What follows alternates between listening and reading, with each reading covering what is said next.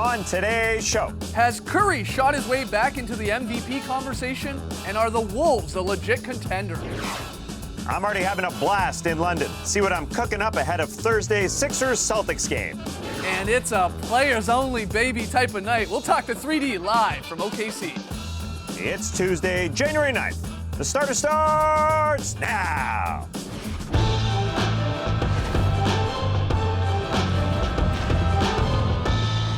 Good evening, sweet world, and welcome to The Starters, presented by Jack Daniel's Tennessee Honey. Whether you're joining us live right now on NBA TV, watching later on YouTube, listening to the podcast, doesn't matter, we're happy to have you. I'm J.E. Skeets, and joining us live from London, England, is Tas Melas.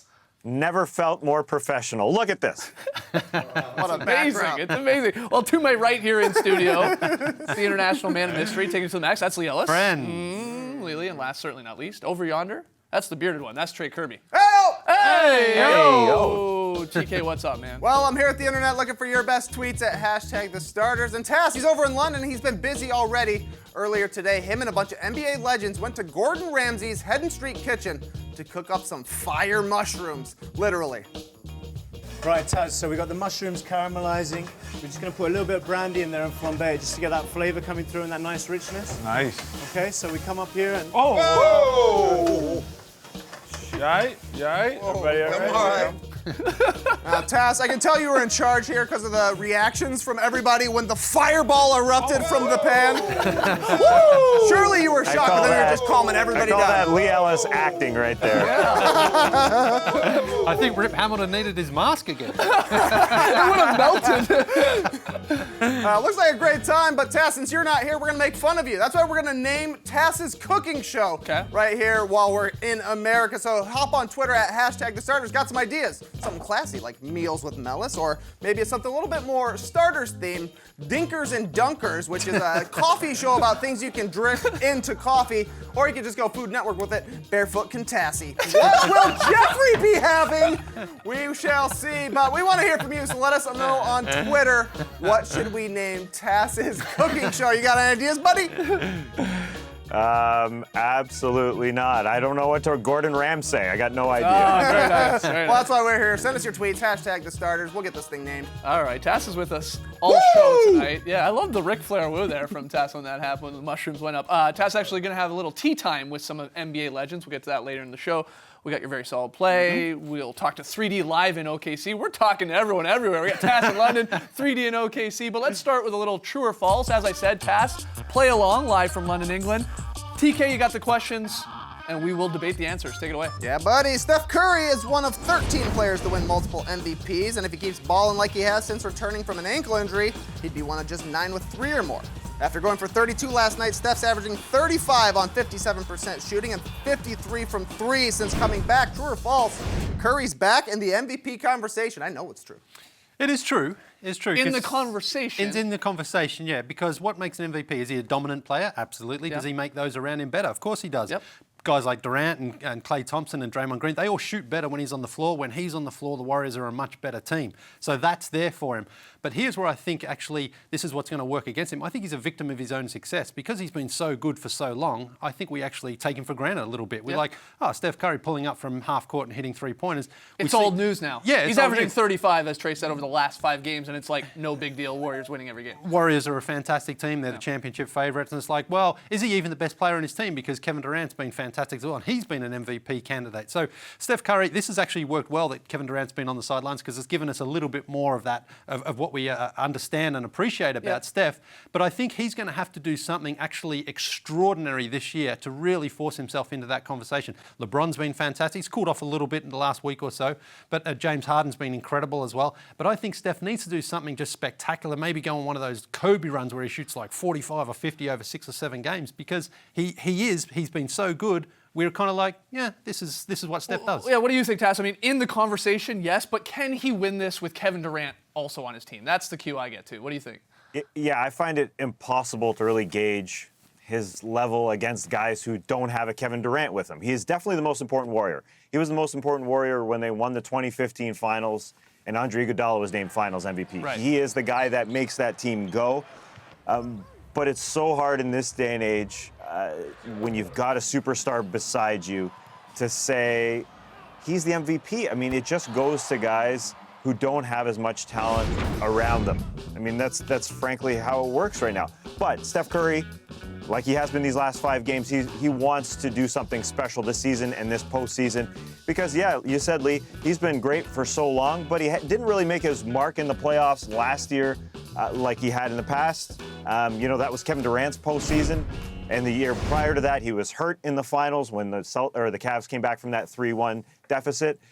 Steph Curry really has something on his shoulders to go forward with. He wants to prove that he is one of the best. Right. And, yeah, he is part of the conversation. And I just find it impossible to take him out. Because why? Why should we take him out of the conversation? Because he has Kevin Durant on his team? It's just he doesn't have to do as much as Giannis. He doesn't have to do as much as LeBron. So, yeah, he doesn't get the same credit. But if Kevin Durant wasn't there, then, yeah, he'd be right up with those guys. Yeah, for sure. All right, Trey, next one. All right, up until this week, you would be forgiven for thinking that the Minnesota Timberwolves are an underachieving team that plays all 5 of their starters 48 minutes per game. That's basically all we talked about for the first 2 months of the season. But after destroying the Cavs last night, they're 10 games over 500 with a 3-game lead on the Thunder for 4th in the West. Oh, true or false? The Wolves are a contender. That's false. That's false. Hold on. Let's make a couple things clear. Yeah. That was an unbelievable performance against the Cavs last night. That was a quality statement win from Minnesota. What label you want to throw on it. That was one of the better Minnesota wins we've seen in quite some time. They dominated every facet of that game. Owned them on the glass, owned them in points in the paint, second chance points, fast break points. They didn't turn the ball over. They shot 52% from the floor. Great performance. They've also been killer over the last 15 games. Number 1 offense, top 10 defense, number 1 net rating, all that. That's great. But we can't go from a team that hasn't made the playoffs in 14 years here, a new team at that with Jimmy Butler coming in the mix with Karl Anthony Towns and Andrew Wiggins, and say they're a contender. That's too far. No. That's too far. They remind me a little bit, it's going to sound a little strange, and this is a good thing, to the old Young Thunder, the Young Thunder team. When it was Durant, Westbrook, Harden, Surge, that was a team that won 23 games and then suddenly they won 50 games. They made the playoffs. They put up a fight against the Lakers. Next year they won 55 and became one of the top 5 offenses. That's the trajectory that they want to get to, and then they were making the finals.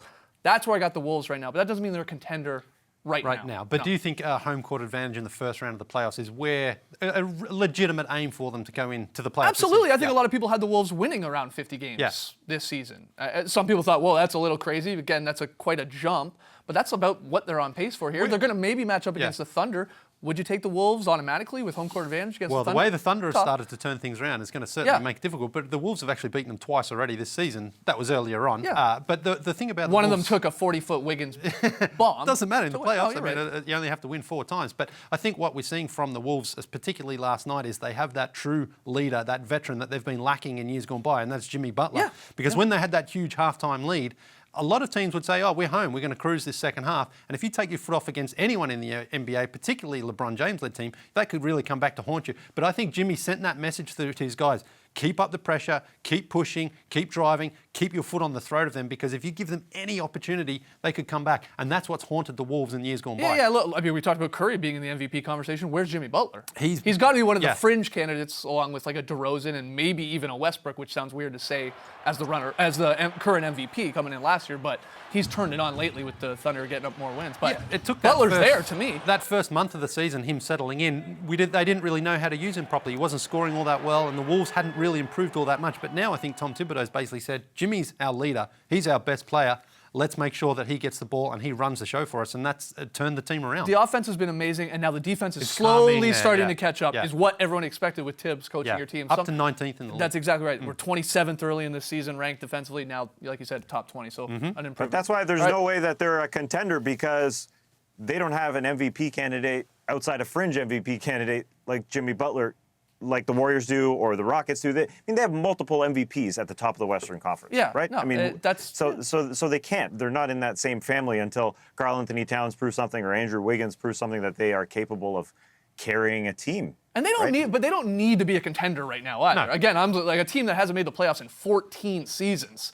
Just get in there, and if you got home court advantage and you put up a fight or you win a round, that's great. That's a good year, and then move on it from there. But Yeah, contender a little too soon. All right, Trey, final one. All right, Tyreek Evans has been a pleasant surprise for the Grizzlies this season as he leads the team in both scoring and assists. But he's playing this year on a one-year bargain contract, which is why ESPN's Adrian Wojnarowski is reporting that Memphis is having a hard time getting a first-rounder back via trade. True or false, Tyreek Evans is worth a first-round pick. What you think? Tass, we'll start with you. What do you think? Is Tyreek worth a first-round pick? Ooh, if you're a contender and you want a sixth man, yeah. I mean, he is worth a first-round pick because he's only 28, seemingly in the league for like 15 years. Yeah, and if you're a feels like contender, your first-round pick is probably in the 20s, so it's not a high pick. So, yeah, if you need this type of player, do it. You agree with The that? Cavs gave up a first-round pick to get Kyle Korver last season. Remember about this time, and he was a specialist player. I think Tyreek Evans is kind of a specialist. As Taz mentioned, if you come off the bench and he can provide the sort of production he's given Memphis this season, I think it'd be very good. Problem is he's on a one-year contract, so if you're giving up a first-round pick, the chances of him being returning are probably limited. But he's having his best season of his career. Bojan Bogdanovic Yeah. got a first-round pick to get him for the Wizards last year. Yeah. They brought him in because they thought he would help their bench, and then he ended up going. He ended up signing with the Pacers. Yeah. So, again, a lottery-protected, low first-round pick. I think Tyreek Evans has proven he's worth it. Yeah. Here. For any of the, and I mean, there's going to be teams like maybe the Cavs, Spurs, Celtics. And a he's in team- great shape. He's got himself in great Yeah. shape because he's been injury-prone in the past, but this season I think is he's looking the best he's looked for a long time. Whether the Grizzlies can do anything with the pick is another question. But anyway, we got to take a break. When we come back, tea time with Tass and some NBA legends over on the other side of the pond. Don't go anywhere.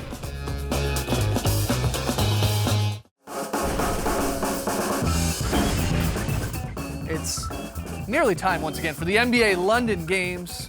Tips Thursday at 3 p.m. Eastern on NBA TV. A little afternoon basketball here for us on the East Coast in the States. Sixers Celtics live from the O2 Arena. And our correspondent, Foggy London Tass, is on the scene.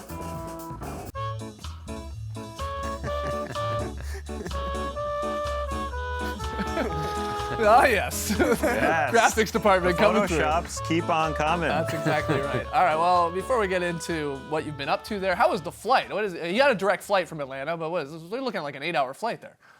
I might look a little dreary-eyed because it was a red-eye flight. Ooh. Starting to sleep at about 11 p.m., about 5 hours into the flight. So, I want 3 hours of sleep time. That's all I'm looking for. I wake up, two men are arguing. One man was yelling at another man because his son was kicking his seat. So a four-year-old was kicking the seat of another man, so that man jumped up and yelled at the dad. And he got to go to first class because he yelled hard enough, apparently. Wow. But he woke up the entire plane. I had to take off my sleeping glasses, my sleepwear, whatever that thing is called. Mask. Yeah, my eye mask. Well, I'm tired, so I don't know what it's called, and I'm obviously quite cranky. Eye mask, neck roll, headphones, crank. Yeah, man. Well, the flight sounded rough. How has it been in London? I hope it's gone better. It's been very, very great, mainly because I got to try out the English tradition of having some afternoon tea. I got invited by my friend John Amici. Unfortunately, I messed up right off the bat. I would like to welcome Taz from the Starters to our afternoon tea. Thank you so much. Actually, I have enough mic. I didn't realize Taz doesn't on Damn, Taz. That's a fine task. Yeah, you can. You know the rules, Task. Taz, welcome. Taz from the Starters. So what do you think? What do you think of this? I thought Andre was the most regal, actually, because I saw him with the pinky up. And The I pinky thought, is important. I thought that's important. You're missing out. If you haven't seen Deke with the finger out, that's the thing. Can you do the see, it's just, Does he do the finger wag with the pinky? I don't know what it is. I don't know what it is. But there's something about that that's just amazing to me. How do you have the pinky up? Doesn't it happen naturally, I thought? No. I just want American size. I've got this now. I have the memo. I swear to you, when you next come for afternoon tea, I'm going to have a bucket here for you. No, I just want the American size cup. I thought the tea would help your voice a little bit. It's warm. Like a oxygen. You have taken a lot of heat in this afternoon You know tea. what? Yeah, thanks for inviting me. Thank you very much. Next time I come in England, let's do this, man. We'll do it again, for sure. Cheers, everybody. Cheers. Great stuff. This is what I learned at Head and Street Kitchen, having some afternoon tea with my friends. Dikembe Mutombo wants a bigger cup. Andre Miller, Brian Scalabrine, and John Amici all want to come on our show. Okay, maybe not John Amici, but we'll force him to come on. The other guys definitely want to come on our show. Okay. Ballers. That's fantastic. That was very, very funny. Outside of having tea with some NBA legends, the Sixers and Celtics are there in London getting ready for Thursday's game again on NBA TV. They had a shoot around. Do you get a chance to talk to anybody there one-on-one? Yeah, I did the circuit, talked to a lot of guys, talked for a long time with Ben Simmons, mainly about his growth so far during his rookie year. Earlier on in the year, you said, I'm going to get better at free throws. I'm not worried about it. And it happened, which is pretty cool. Now, I work with actually an Australian who's also a free throw expert, but I don't listen to him. So I'm going to listen to you. How do you get better at free throws? What's the secret? I think it's part mental and then, putting the reps up. So mentally, you're just going in there knowing you're going to take them. No matter what the outcome, you're going to go and, make those shots and be willing to take them. So when I get put in situations like that, I'm ready to step up. I know I got into a situation where like that when they were fouling me, so I wasn't afraid to step up and shoot them. And I think that's the first step to, obviously getting better. This is a geeky stat, but clutch situations at the end of games of guys who've taken at least 20 shots, of guys who've taken a decent amount of shots, you got the best percentage of the league, which is crazy, 73%. You knew that. Did you know that? I saw it on NBA TV, Instagram, before I was, coming out here. That's where I saw it too, because that's where I work. But anyways, that's a pretty cool set. We all thought you were Rookie of the Year sort of favorite, and you still are the favorite. Is that something that's a goal of yours to win this season? Yeah. I mean, but for me, I'm not looking at the other rookies and trying to compare myself to them. I want to compare myself to the guys at the top, the best players. I feel like if I'm comparing myself to the guys who are just coming to this league, then I'm going to sell myself short. Your G League team, the Delaware 87ers, came out with these uniforms. Have you seen them? The Nickelodeon ones, yeah. Can I get your opinion on these? It's different. I mean, the tie placement is kind of strange. I personally wouldn't. I'm not a fan, but it's different. Lucky you're not going to the G League. That's for sure. All right, appreciate your time. Thank you. Great stuff. I hope you had Tass Visits Big Ben on your Tass London bingo card, because that counts. Oh, good. That officially counts. So you got a Big Ben there. Exciting. Good stuff, Tass. Don't go anywhere. We're going to take a quick break, but when we come back, 3D will join us live from OKC. Sexual chocolate. Yeah. Don't go anywhere.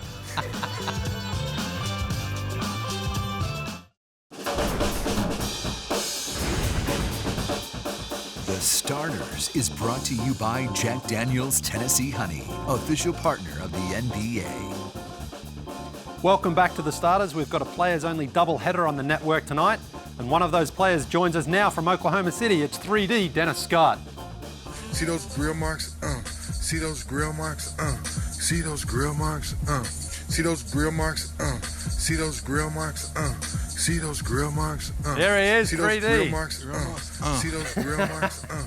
See those grill marks? How you doing out there, Grill Daddy? Oh, he's flexing. All is good, baby. All is good. Weather's nice in OKC. Nice. 3D, OKC's Big Three got off to a bit of a rough start by their standards. Things have turned around a little bit since then. Being around the team, do you get a sense of what's finally clicked for them? Well, I just think being able to be around each guy every day, traveling, understanding each other's nuances on the floor, a lot of things like that, guys, doesn't happen overnight. So lately you've seen the offense finally catch up, guys knowing where they like the basketball, late quarter situation, late game situation. And obviously the defense got off to a fast start, but it slipped a little bit. Andre Robertson hadn't been playing lately, obviously with the knee injury, so looking to get him back hopefully in the next week or so. And when you get him back on the floor, maybe the defense will match the offense and then everything will come full circle for him.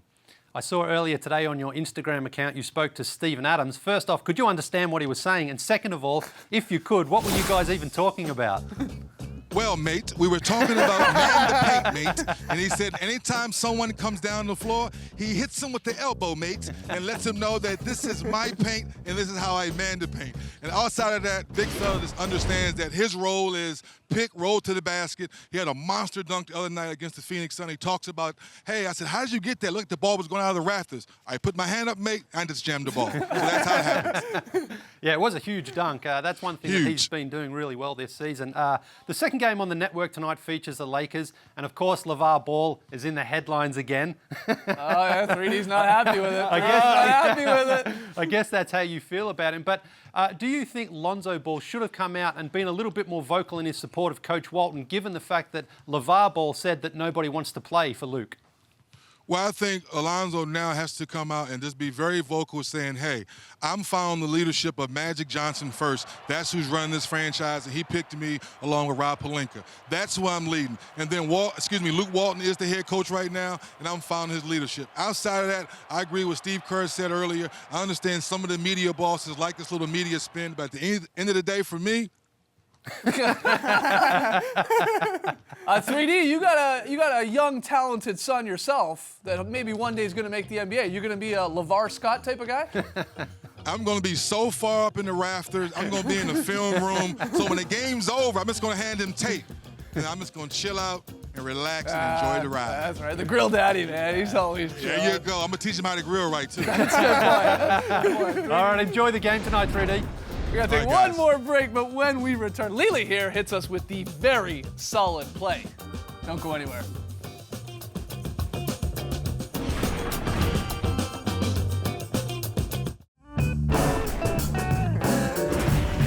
Welcome back to The Starters. We asked you, hey, name Tass's cooking show. You hit us up on Twitter, #TheStarters. Trey, you got a few of the best answers. Drinkers and Dunkers is still good. Anyways, Daniel suggests Taster Chef, the best of all the Tass puds. MJ says, worst of the week. All of the dishes on the show are primarily sausages. My favorite comes from Sam. Pitas only, baby. #POB. Okay, I would wear a shirt that said Pitas only, baby. We got to make those. All right, tonight's Pick 'em Play.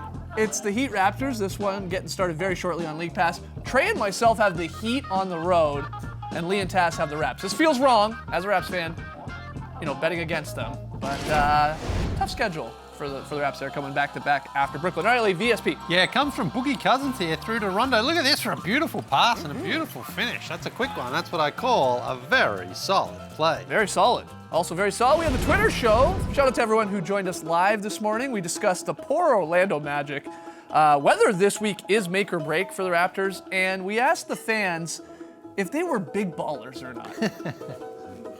What level baller are you? 32% of people, what level baller are they? Big ballers. Big ballers, but then 31% of people say they're not a baller. 25 for medium, only 12% are small ballers. Shout out to those 12%. Yeah, they're being honest. All right, what are you? Not a baller. You're at least a medium baller, man. You're shooting the lights out with your idols, Isaiah Thomas. Well, and that yeah, kind of that's stuff. true. Yeah, You're on yeah. TV. You're getting $1 million haircuts.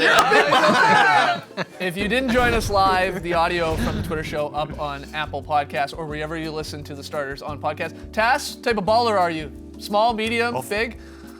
First of all, Lee's hair was not big baller during the drop. I mean, it was fluttering all over the place. today, my man. What about yourself? I'm a mead. I'm a mead. You're a medium baller? All Fair right. enough. Well, we'll talk so. to Tass tomorrow night. Again, live from London, England, as you get ready for the London games there on Thursday. You got a quote for us?